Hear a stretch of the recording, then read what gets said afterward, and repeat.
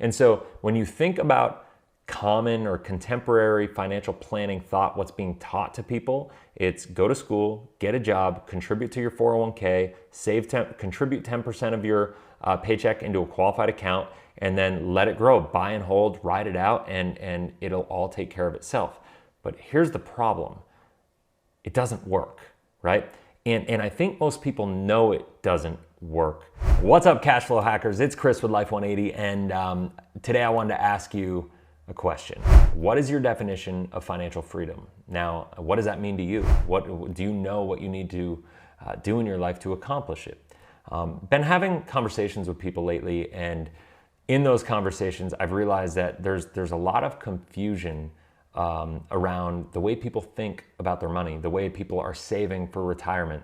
And it got me to thinking, and I started running some numbers on a spreadsheet, and I'm going to share that with you in a minute. But the idea of how people are saving for retirement, I call the 401k in the qualified plan market, I call it a failed financial experiment. And the reason I call qualified plans a failed financial experiment is simply because of the fact that if you put money into a qualified plan and you're thinking it's going to get you where you want to go, and then it doesn't, then that's a failure, right? I mean, I'm a big believer as human beings that we can deal with anything we expect, but it's the things that catch us off guard that really throw us off our game, right? And so when you think about common or contemporary financial planning thought, what's being taught to people, it's go to school, get a job, contribute to your 401k, contribute 10% of your paycheck into a qualified account,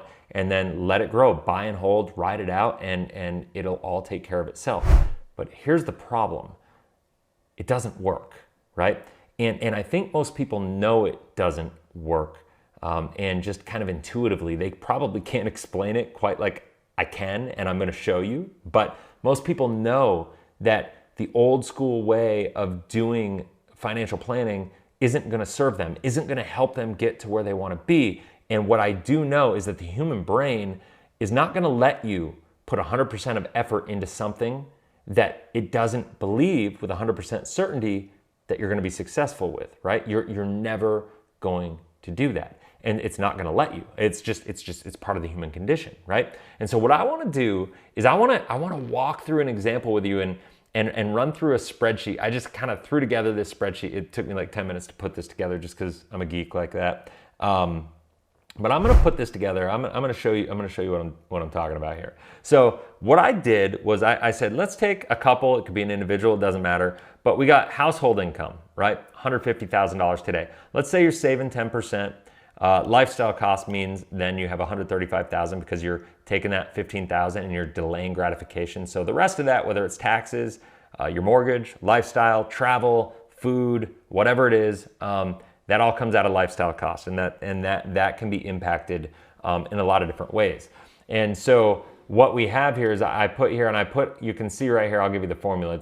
I took this cell, gave it 6% return, and that is what it is. We got $15,900. That's what you have if you invested that, although that's generous because you would save it at the end of the year. That actually technically wouldn't go into effect until the end of year 2, but I'm going to be super generous and we'll just give it an extra year of returns because I'm lazy, quite frankly. So this is going to be a little worse than I'm showing you, but like the principle will exist, right?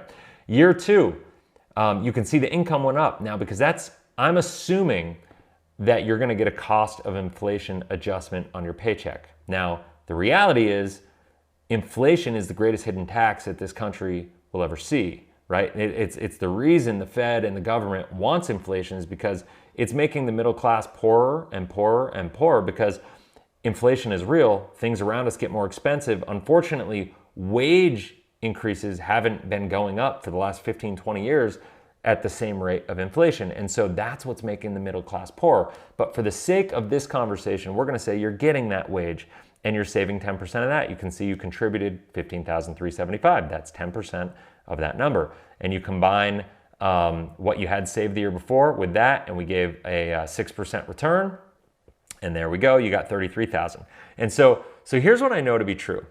If you are needing to get to the place where you want to be financially free, well, we have to we have to define what financial freedom is, right? Like people are struggling because they don't know what they need to do to be successful. And if you have this moving target, well, then you're never going to reach that level of success that you want, right? Like if you don't know what number you have to hit, or if you haven't thought about how inflation impacts that number or how taxes impact that number, because the bottom line is if you're putting money in a qualified plan like a 401k or an IRA, like over $26 trillion, 70% of the money that's saved for retirement in this country is in right now.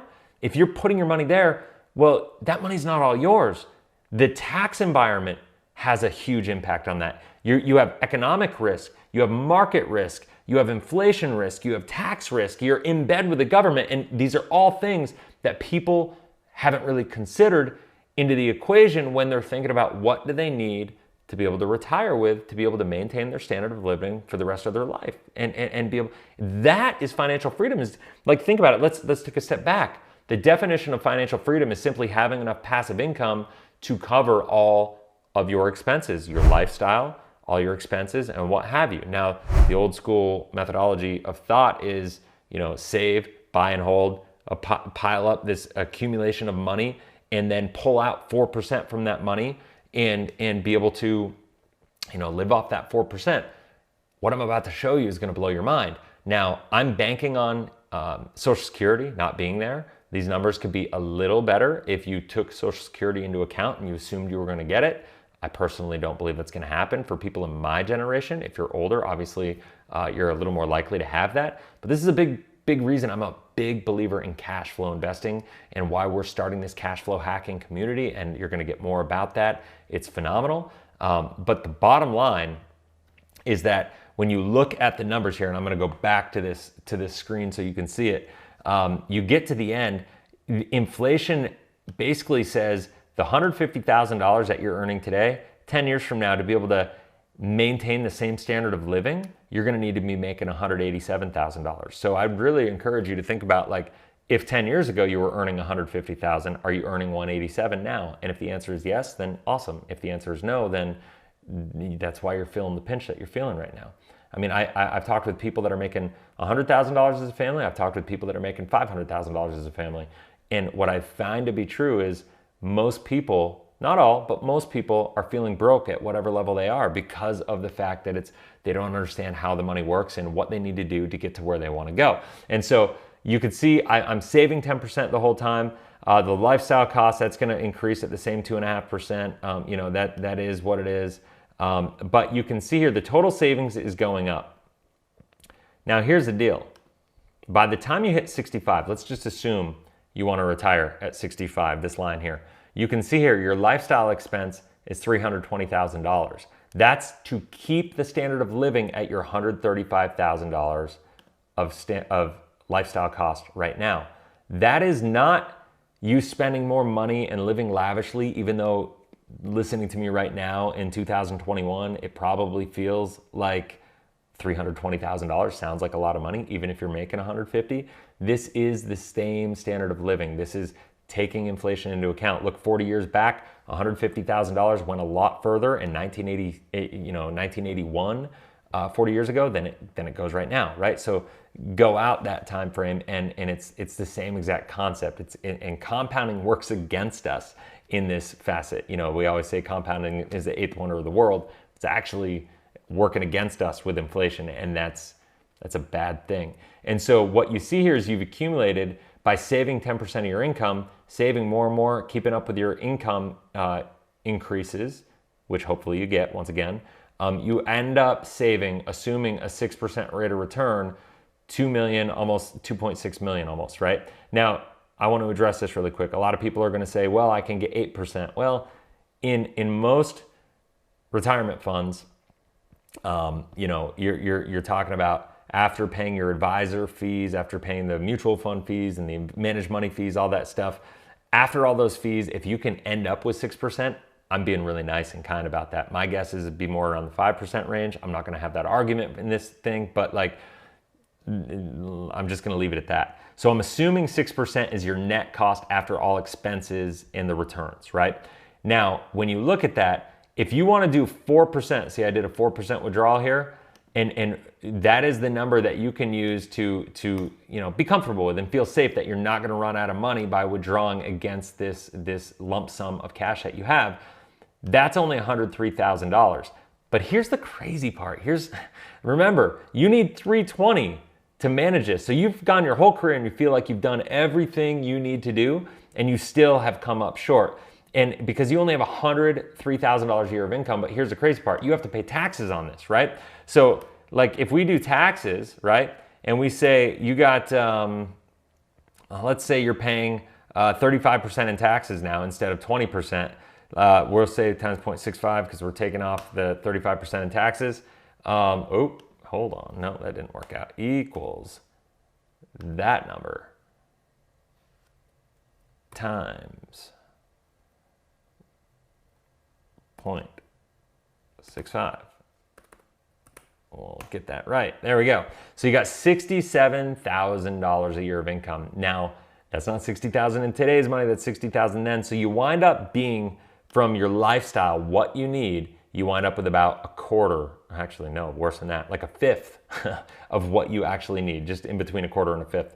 Like it's disgusting. And so it's no wonder, like, think about it, the human brain is never gonna let you do anything that it doesn't believe you're gonna be 100% successful with, right? It's never gonna let you fully commit. And so when you look around at the scenario, and why I call the 401k and the qualified plan world the greatest financial failed experiment of all time, is because 95 to 97% of the people in this world right now, in the United States especially, are coming up short. They're either woefully behind in their retirement planning, or they're getting to retirement and they're kind of screwed right now, right? And so when you look at that and you run the numbers, you just think of the human condition in psychology and how the human brain works, right? And we're emotional beings. And so if you're to look at this, you may not have been able to run a spreadsheet or looked at a spreadsheet and thought about it like this, but what I can promise you is, if you haven't done it, if you're not where you want to be, what's happening is you're intuitively just saying, I just don't trust that I'm going to get there. So, rather than reduce my lifestyle by 10%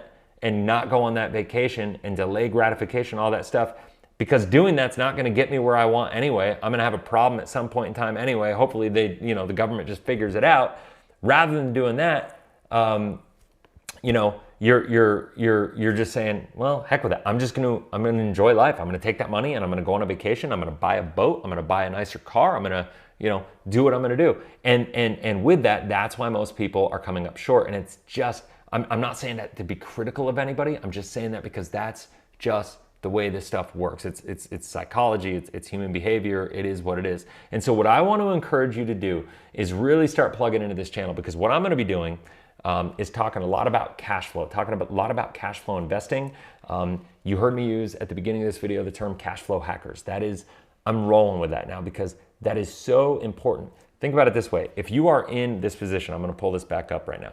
If you're in this position where you need to get to, I didn't do this. So let's just say you need 320,000, right? So what we need to do here is I need to show you here, if we need this and divided by 0.04, this will show me how much money you need in an account to maintain that.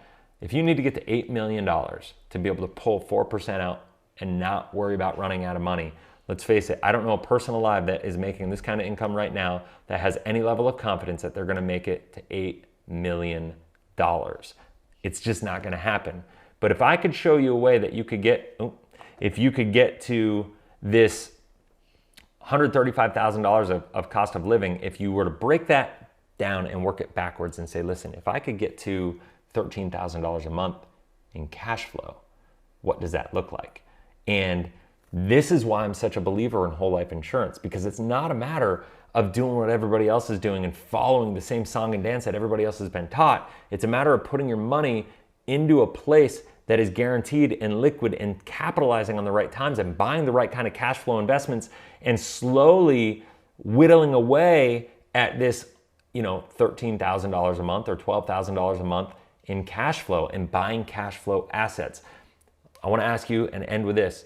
Do you have more faith in your ability to get to the place where you can get to $12,000 a month in cash flow or $8 million in a retirement account?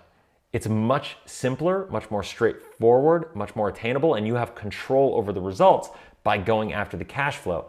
And I'm telling you that, and I know that to be true. And once again, if you believe it and if you can get faster results, because listen, 5 years from now, if you go down here, let me look at this. If you got $149,000 or no, that's not it. If you have $93,000 earning 6%, saving 10% of your income in your retirement account, it's gonna feel good that you have $93,000, but the reality is, what does that do for you? It does nothing for you, right? You could have $93,000 in that account, but you're still going, holy crap, I need to get to 8 million, right? So you haven't even got close. Compounding isn't gonna make up the difference for that. I just showed you the numbers. It's abysmal, right? And so, but if I could show you a way that in 5 years, you had $1,000 in cash flow from cash flow investments, right? And you had all the tax benefits and everything that went with that. And if I could show you a way that you could take that cash flow and compound a system to predictably get where you wanna go and compress the time frame of your retirement planning, from 40 years to 10 years, or 40 years to 15 years, or 40 years to whatever that number is for you, depending on how much you're willing to commit to it, right? Retirement, financial freedom, however you define it, like whatever you want it to be, really, you can't retire until you have enough passive income, whether you pull it from your investments or cash flow, to maintain your standard of living, to cover your bills, to make sure that you're not having to take a step backwards once you want it. That is freedom. That is lifestyle freedom. That allows you to show up as powerfully in your life as you want to show up, and it allows you to have complete control of your life and to be able to give back and just make a greater impact in your family, in your community, in the world. And that's why I love what we do so much. So if you haven't already, make sure you subscribe to this channel, click the bell, that way you get notified, because we're gonna have a lot more videos talking about this concept around how to invest for cash flow, how to set yourself up. And it's one of the reasons that I love, and I'm gonna end with this, and I love whole life insurance over Index Universal Life, because whole life allows you to position yourself where you can invest for cash flow quickly. Index Universal Life is essentially sold as an alternative to an investment strategy like a qualified plan.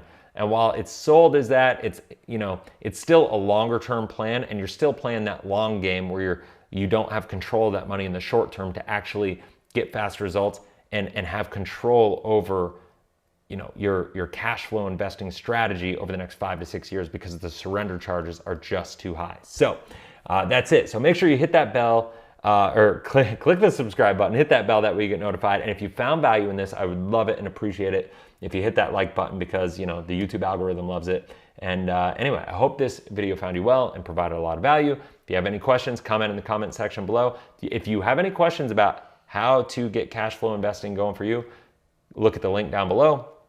Click on it. It'll bring you to a page. You could set up a call with one of the Life 180 consultants.